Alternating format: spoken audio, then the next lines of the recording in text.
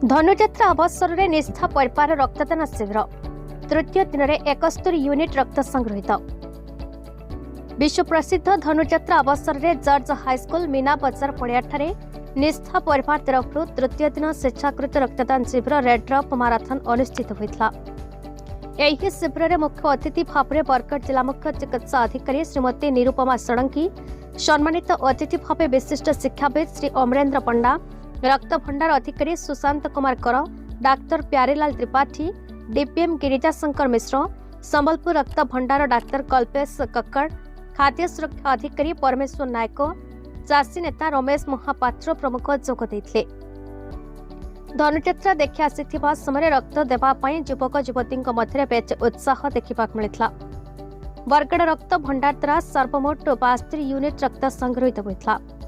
यह शिविर को निष्ठा परिवार समस्त सदस्य सुपरिचालना करते। रक्तदाता मानक निष्ठा परिवार तरफ कोटि कोटि प्रणाम, हृदय धन्यवाद ज्ञापन कर।